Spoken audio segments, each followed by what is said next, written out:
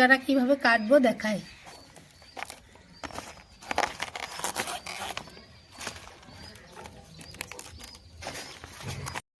নুন আর হলুদ দিয়ে একটু পানি দিয়ে রাখবো। এটা বেরিয়ে গেল, এইটাকে আর ছাড়াবো না, এটা এবার ছোট ছোট করে কেটে নেবো। এরপর এই পানিতে ভিজিয়ে দেবো। এরপর ফুলটা ছাড়িয়ে কাটবো। কিভাবে কাটছি দেখে নিন। এইটাকে ফেলে দেবো আর ভিতরকার এই শিরের মতো আছে এটাকে ফেলে দেবো। এভাবে আমি সবগুলোকে বেছে নেব। এটা প্রথমে সেদ্ধ করে নেব। দিলাম